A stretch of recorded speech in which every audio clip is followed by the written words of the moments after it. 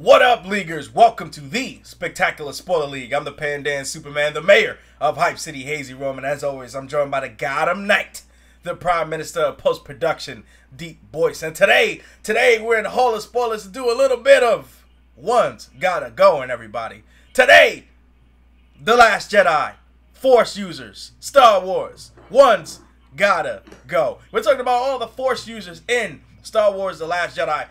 Correction, all four of the main Force users, because it's technically...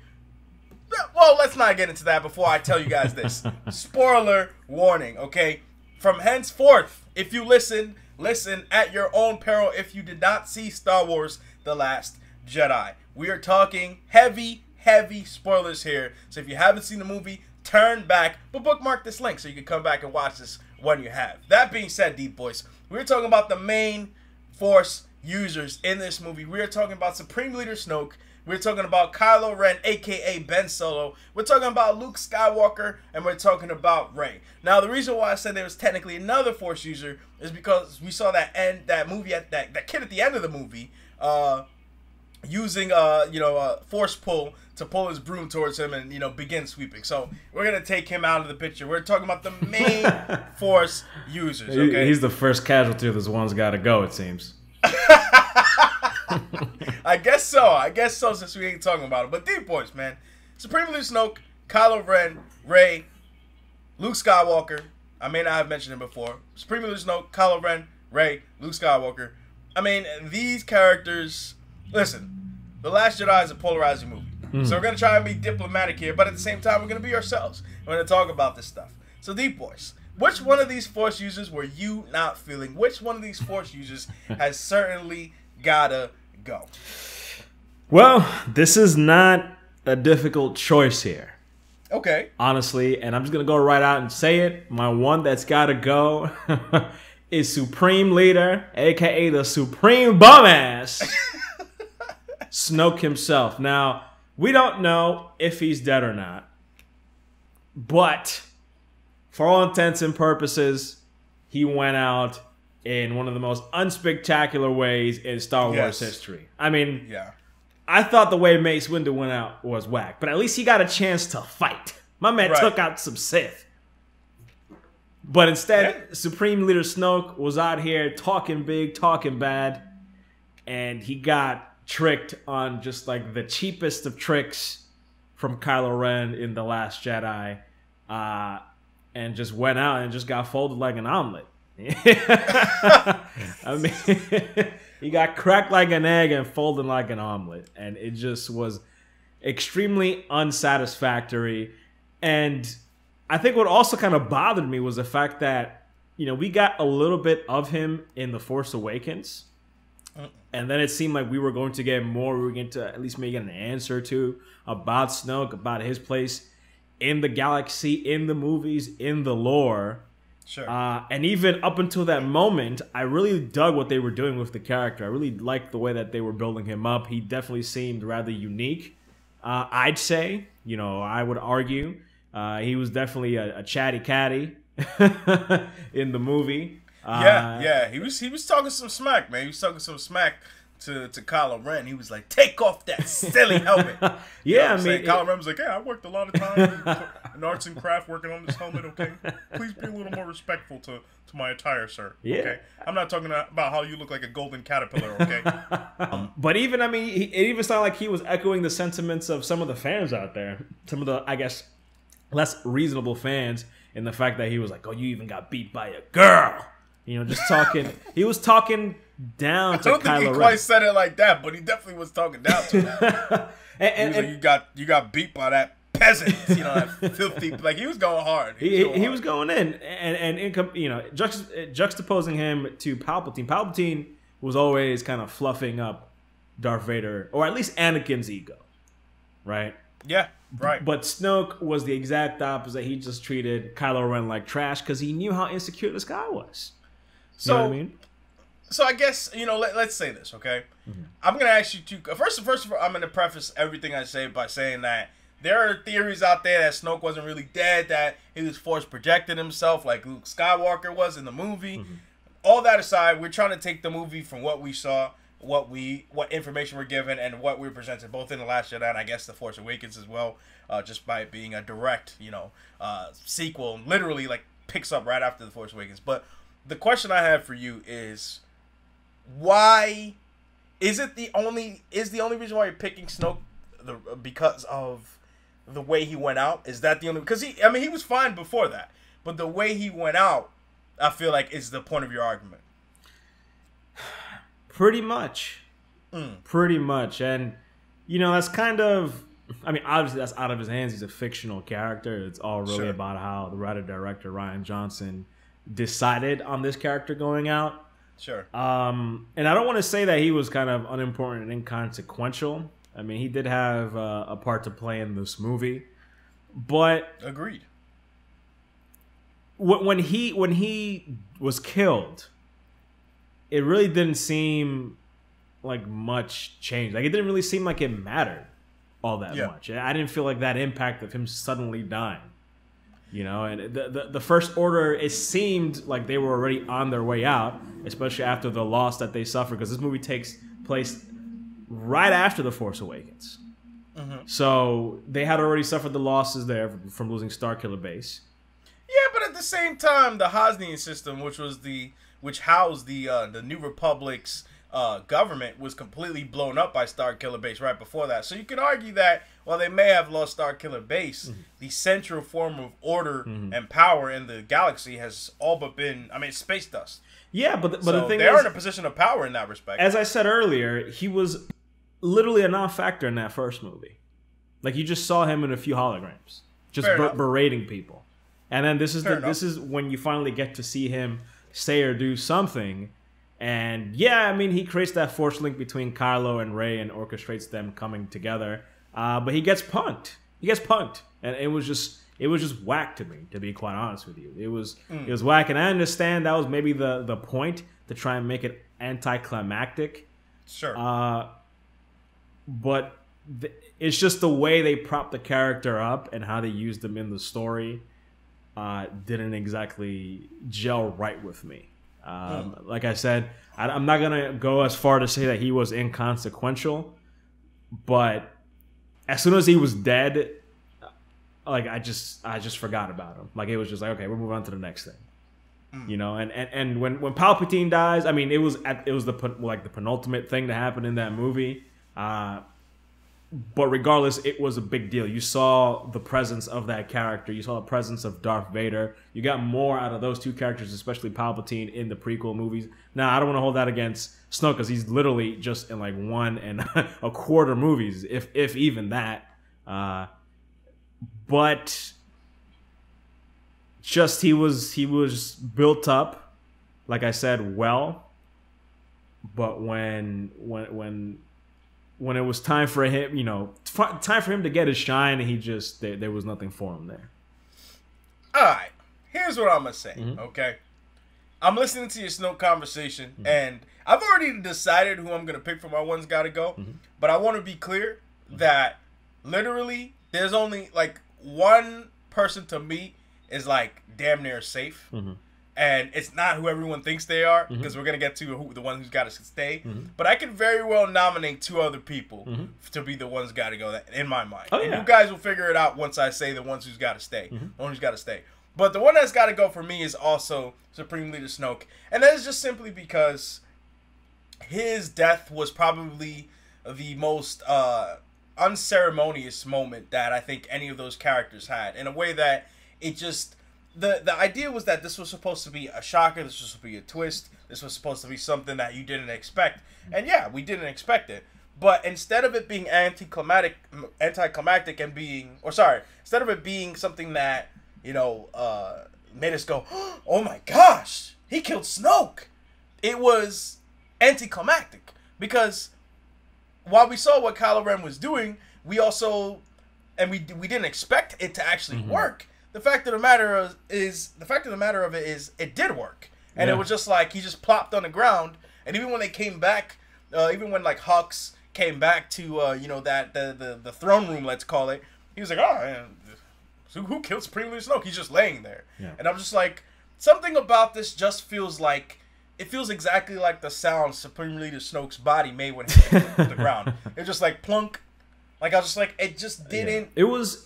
We didn't care enough about Snoke for that to resonate. And I get that that was supposed to be the brilliance of the twist, but it didn't evoke something in me that made me say, okay, this was an interesting and wild move, and I like it. I didn't like it because I'm like, I barely got to even see Snoke. Yes, we all were thinking, oh, this is going to be, you know, the sort of the man akin to the Emperor in the original trilogy. I'm pretty sure we all thought that. But we all thought that Snoke was going to be way more intimidating, way more powerful. I mean, he was literally using the Force with the flick of the wrist. You know, like it was, he was like, look at the flick of the wrist, and he was just using the Force, you know, and that was, he was clearly powerful in a way.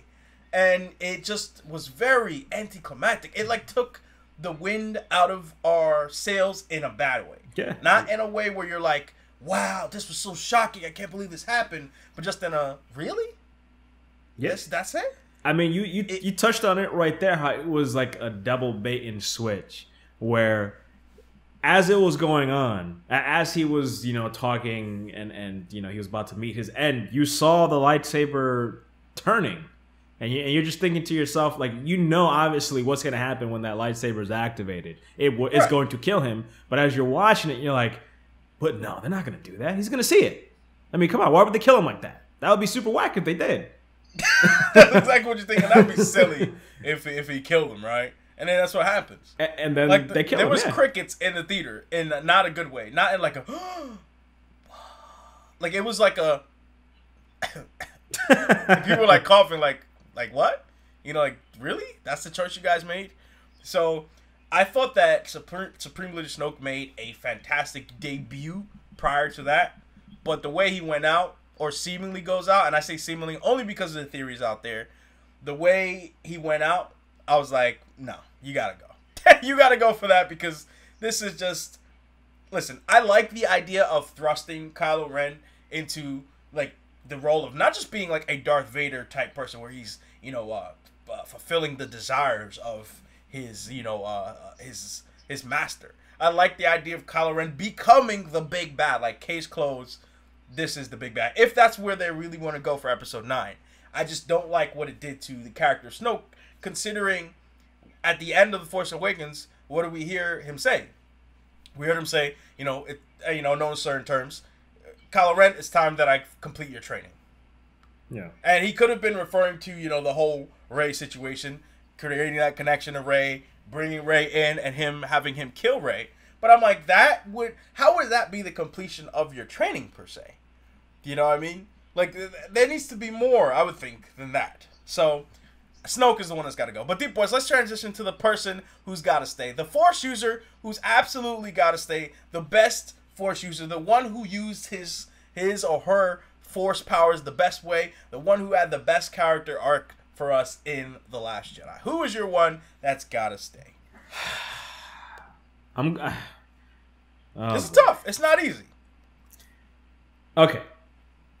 I'm gonna have to bring up another character, but who's not my ones that's gotta stay. But my one that has got to stay for Force users from the Last Jedi film is probably an obvious choice, and that's Luke Skywalker. Okay.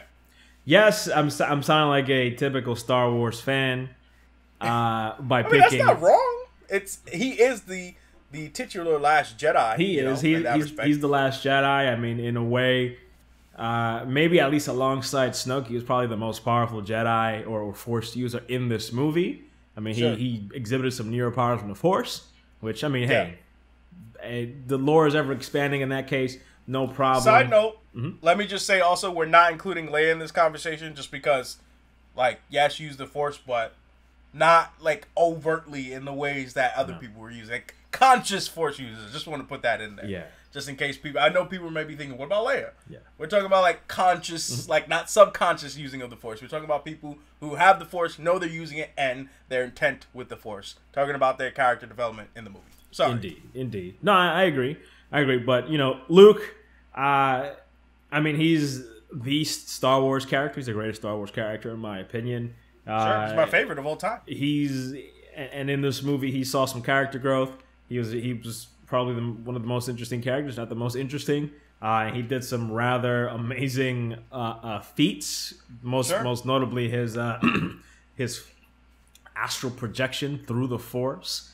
Yeah, Force projection was crazy. Buying literally like 8 people that was left of the Resistance to escape on the Millennium Falcon. I mean, it's crazy to say that all that's left of the Rebel Alliance is enough to fit in the Millennium Falcon, but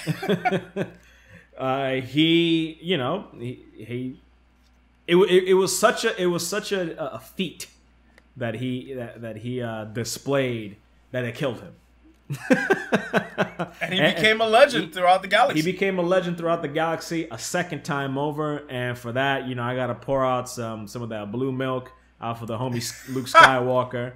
Did you milk that blue milk from some sort of hell no random big nippled animal on Octu? No, no, I'm good. I'm all good. I mean, they take. Let me not even get into that, but Luke Skywalker, for everything that he stands for, even for everything that he did, and even the different aspects that they showed of him, his growth, his fall, his rise, his downfall, his redemption, showing his insecurities and his doubts. He was one of my favorite aspects of this movie. He was one of my favorite characters of this movie, and for me, he's probably the MVP of this movie. He's the Force user in this movie that's got to stay. Yeah. I mean, not to interrupt, but I also was going to mention another character who, I think definitely had a lot to do in this movie and had his time to shine. Sure. And that's Kylo Ren. Now, I think he's one of the better, newer characters. Mm-hmm. But, again, based off of how I felt about the movie and how admired him and a lot of other characters are because of this movie in particular, he kind of loses out to Luke Skywalker. I'm sure some people may call me out on this, and people are definitely free to disagree with me on it. But just looking at the overall picture and how, I guess, the impact each of these respective characters had, I really do feel that Luke was one of the major driving forces of this film. He is the driving force of this film. And I mean, continue. And Kylo Ren, I mean, I do like the character, and I think he's unique enough, and he's interesting, and I do like the characterization, and I guess how he's always kind of throwing tantrums, and he's just kind of moody. I don't like moody characters, but he kind of does do it for me. And he's still kind of like, he's lethal, but he's corny in that Star Wars way at the same time. And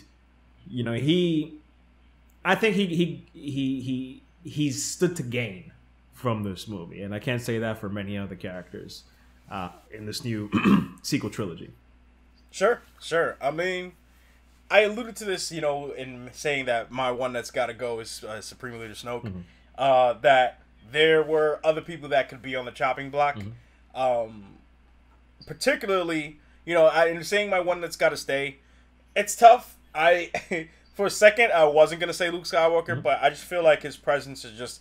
And this movie is largely about his influence and his legacy throughout the galaxy. I have issues. I mean, it's clear based on what we've said. We have issues with The Last Jedi. Mm-hmm. I don't think that we perceive this as a perfect movie like many other people are saying. And we're trying to be respectful of the people who love this movie and who dislike this movie a lot. And we're definitely not people who think this movie is the best movie ever. We don't think this is the best Star Wars movie ever. But I think that the way Luke Skywalker was, his influence throughout the movie, I thought that the way it was done was pretty damn good for the most part. Mm-hmm. I do have my issues here and there, but not enough to not make him the one that's got to stay. Now, in regards to the people I said I could eliminate, to be honest, I think Kylo Ren probably had the second best showing, and he would have been the one that's got to stay if not for Luke, obviously. Mm-hmm. But I guess I want to take the time to sort of bring up Rey a little bit. I mean, I like the performance of Daisy Ridley. Don't get me wrong. I like what Daisy Ridley does with what she's given. This is by no means detraction from Daisy Ridley, but the character of Rey, I'm not. I know that there's people out there that are going to probably write paragraphs about, you know, her motivation, but, you know, by comparison to other protagonists of the series, or really the Luke Skywalker, because, you know, I guess she's sort of analogous to him in a way. I don't see her adherence to the light, in the sense that I don't see why she's so convinced that the light is right for her. Now, you may argue that, you know, Luke just ran off and joined the rebellion himself, and, you know, you were sort of like, why is he so against the Empire? But it's established, you know, that there's a presence, you know, that the Empire has throughout the galaxy. In, you know, A New Hope, it's clear that he doesn't like the Empire. It's clear he told his aunt and uncle that he wanted to join the academy. He wanted to become a pilot. He wanted to, you know, fight against this rebellion. You know, the Empire killed his aunt and uncle. He was told by Obi-Wan that his father, who he knew nothing about, was a Jedi. And that, I think, ignited something in him, where he was like, this is something I want to seek out. And obviously the conviction to save Leia, for, you know, some shallow reasons, you know, being a 19-year-old kid, like, oh, she's pretty, I want to save her. But I felt like there was the groundwork laid there. You know, with Rey, in combination with The Force Awakens and The Last Jedi, I don't necessarily see such a layered foundation as to why she believes the light side is the right way to go. Yeah, I think she obviously has a conviction within her to say, okay, this is...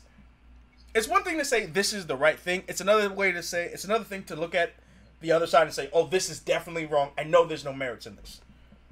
You know what I mean? Yeah. Like, you might argue that, okay, well, she saw Kylo Ren being the bad guy. She saw there was something redeemable in him. But the redemption she saw was to bring him to her side, not to maybe understand where he's coming from. And I feel like with Rey, there's sort of this idea that, okay, you know, yeah, she left Jakku. Why did she leave Jakku? Because she found out about BB-8. But her intention was to go back to Jakku. She was gonna, you know, escape from the stormtroopers who were chasing her, and then she was gonna go back to Jakku because she believed she had to wait for her parents there. Maz Kanata told her, listen, your parents ain't coming back. You know, there's lightsaber called to you for a reason. You need to go. She never really left of her own volition because she ran away from that, and then she got kidnapped. And then after being kidnapped and fighting Kylo Ren, she's and Kylo Ren killing Han Solo, that was her conviction. Like, yo, I gotta be on, you know, the good side. That was her thing. You know, that was her motivation. But I feel like in this movie, you know, her motivation is more so that she's got this power and she needs somebody to train her. And I just can't get behind that like I can get behind that with other protagonists. There's something missing there as to her personal motivation. Not people enacting their wills upon her and thus her reacting per se, but something inside her saying, okay, I have this thirst for more. Not just me wanting to know my parents, but I have this thirst to help redeem this galaxy, pull this galaxy out of this darkness.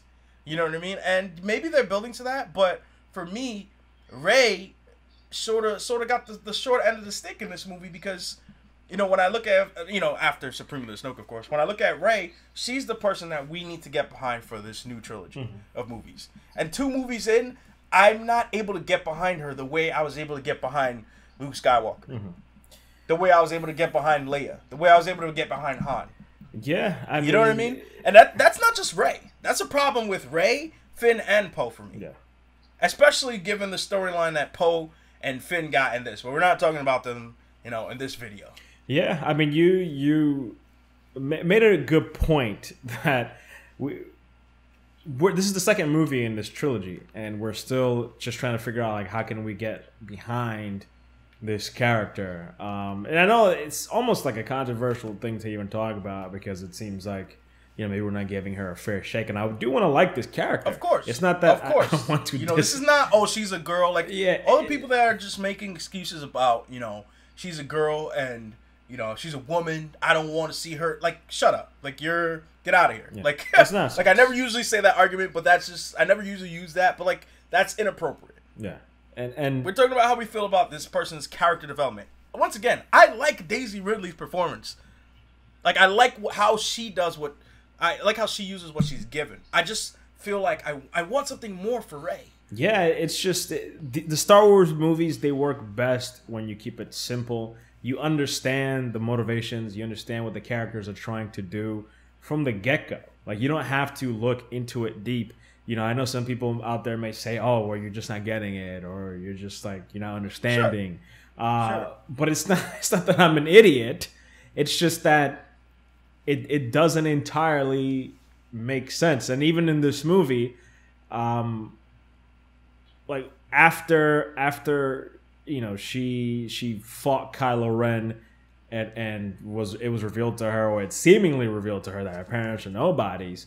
By seemingly, we mean there's people theorizing that that reveal may not be a lie, even though all indications point to it actually being the truth, you know, based on comments from director Rian Johnson and such. Yeah. Continue. But after that, we didn't really get a moment kind of wrapping that up. It was just like her feelings and how it's almost as if, like, hey, I'm just like she seems, I don't know, her motivation, her characterization is so aloof, the way that they treat it in the movie, where it's like, that's a major thing. That's like your major thing, and you find out in a very anticlimactic way that it's meaningless, and then it's just like, shoulder shrug, boulders, let me move them out the way, let's get back up on the ship, and then we're just flying off. See you in the next movie. And it's just like... Yeah. And it undercuts the character building that was done in The Force Awakens in that respect. Now, The Force Awakens, when it came out, it was critically acclaimed in the same way that Last Jedi was.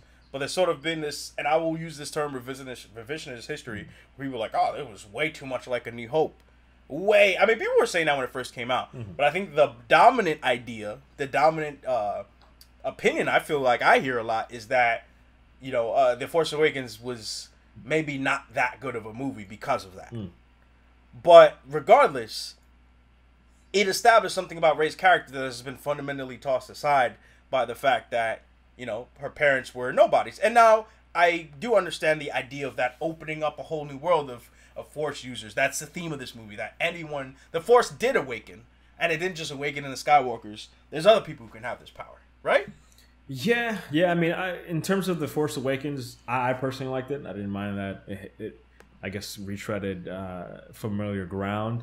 Sure. But even again, that theme of anyone, the Force being available to anyone, why I just, again, that undercuts the one concrete aspect of her character, which is her origins. Why not just make it from the get-go just obvious, like, this is just a girl.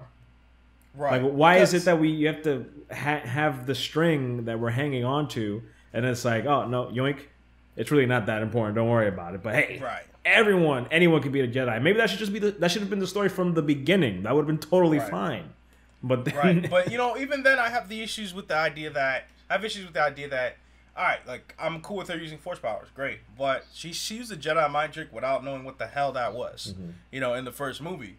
And, you know, I've brought this up to you in personal conversations where I'm just like, yo, masters have taken a long time to learn what a mind trick, you know, it takes a long, you know, it's never been said outright, but, you know, it seems that it takes training to learn she never even heard the words Jedi mind trick. Now, I thought they were going to explain that, you know, the link she had with Kylo, maybe she learned it when he connected with her then. But my whole thing was, like, you know, some people bring up the idea with Luke, with like, well, Luke destroyed the Death Star by himself, and it's like, no, he didn't. You know, he had the help of Han. He would never been able to survive that if the Millennium Falcon didn't come out of nowhere. It's also established, you know, prior to his you know, mission to take on the Death Star, that he used to shoot like womp rats in a similar, you know, setting, in that, you know, it was a very I think it was like a 2-meter wide, you know, hole that, you know, the shot needed to be firing, something like that. And he said, hey, I used to shoot womp rats back home like this all the time. Like, there was the idea that Luke Skywalker wasn't just doing this because he was strong in the Force. Yes, he used the Force, obviously, but there was this notion that, hey, there's something more to this character than just, hey, he just happens to be good at this. Yeah, he dodged a couple of lasers He bounced off a couple of lasers with his lightsaber in the movie as well. But that's really the full extent of the Force powers that he used. Whereas Rey, she comes out of nowhere and she's using these abilities to, you know, great extent. Great extent. And listen, I'm okay with the idea that someone can be strong in the Force, but there's also this idea that she came built in with a certain type of knowledge once the Force was quote unquote awoken in her. Yeah, I mean, I see what you're saying in terms of like, I guess certain techniques, I guess requiring at least knowing the direction in which to go to begin to learn how to use some of these techniques, if that makes any sense. It's like trying to shoot a basketball and having not ever seen anyone shoot a basketball. Like you can there are probably people out there that can naturally kind of get a basketball in a basket or in a net, through the net, but they may not know the proper, you know, follow through or technique or motion. They're just kind of naturally gifted. I think maybe it was kind of consistent with the theme that, you know, the old ways, this hierarchy, the way of training is no longer necessary. And Rey kind of embodies that she like she doesn't know a goddamn thing about being a Jedi when Luke asks her, and she's just like, Luke asks her, what do you use the Force for? And she's like, I don't know, moving rocks, you know. And I think maybe that's commentary on the fact that there's this extremely, you know, complicated mythos that, you know, the fans, on top of what we've already seen in the movies, have built upon. And this like monastic, like samurai order of Jedi that you have to train your whole life and you have to be chosen and all that kind of stuff, and how they're just doing away with that, how the Force is available to anybody, and that you don't need somebody and to tell you how to do it. But now that I'm thinking about it, it is a bit contradictory. Well, I guess it does follow through with the movie, because she was trying to get training, but then she was like, man, forget Luke, I'm gonna go do this myself. And I guess she kind of did do it herself. And I don't know, it's tough. Like me, when it comes to lore stuff, sure, we can do new things, we could try new things. Yeah, I'm down for new things, for sure. But just from like a narrative standpoint, they're not doing Rey justice. And I kind of think that they did a little bit more with Rey in this one, or at least like the first half of this one, with her talking with Luke and Kylo Ren. But then, and if it wasn't for Snoke, like Rey would probably be the one that has to go. Not because I didn't like her, but it's just because of, you know, I feel they're not giving her the justice she deserves, and that's by virtue they're going to do this for the next movie. I know that because, like, they got Luke Skywalker, he's off to the side, you know, due to the unfortunate and timely death of Carrie Fisher, may she rest in peace. You know, we know she's not going to be in Episode 9. I mean, her presence will probably loom over that movie, but the presence of Princess Leia will loom over that movie, but she's not going to be in there. So Rey is obviously going to be in the forefront.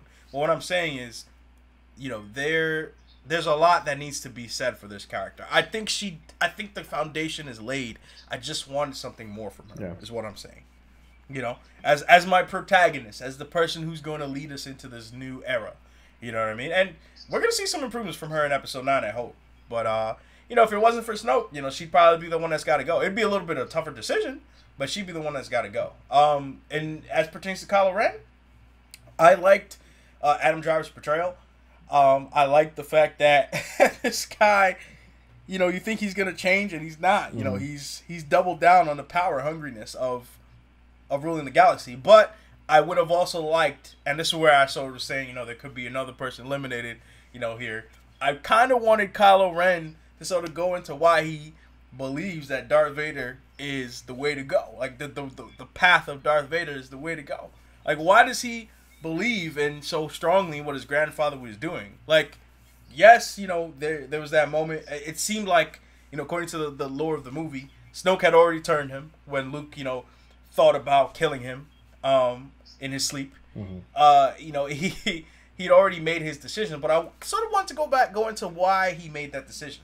Other than a boyhood idealization of your grandfather, why do you feel like this is the way for the right way for the galaxy? Why do you believe that this manner of ruling, you being the one in charge, why do you feel like you can bring order to the galaxy? You know, why do you feel like, you know, order needs to be centralized to the First Order, you know? So, Luke Skywalker, you know, as I said, I have my issues with him too. But ultimately, I think he was the one who was probably the most well done in the movie. And rightfully so. Rightfully so. But Deepboyce, man, any final words before we get out of here for this one's got to go? I'm very interested to hear people say in the comment section. Yeah, I mean, like you said it, we're going to have to wrap it up here and leave it off to the people in the comments section. I mean, we do have a lot more to talk about The Last Jedi in due time. Sure. In due time. Yep. But that being said, guys, let us know what you think about this whole thing. Who's your one that's got to go? Who's your one that's got to stay? Remember, we're not talking about Princess Leia in this one, just because we felt like we wanted to talk about people who weren't subconsciously using the Force, people who overtly use the Force. So Snoke, Rey, Luke, Kylo Ren. Who is your one that's got to go? Let us know in the comments below. By all means, support the Spectacular Spoiler League by hitting that subscribe button and joining the spectacular cause. Drop a like on this video, help this video get out here, and by all means, please hit that little bell icon next to the subscribe button so you can be up to date with the latest and greatest coming from the Spectacular Spoiler League. We're getting on out of here, guys. We're going to go see if we got some Force powers hiding underneath these skin and bones. We'll see you guys in the next one. Peace.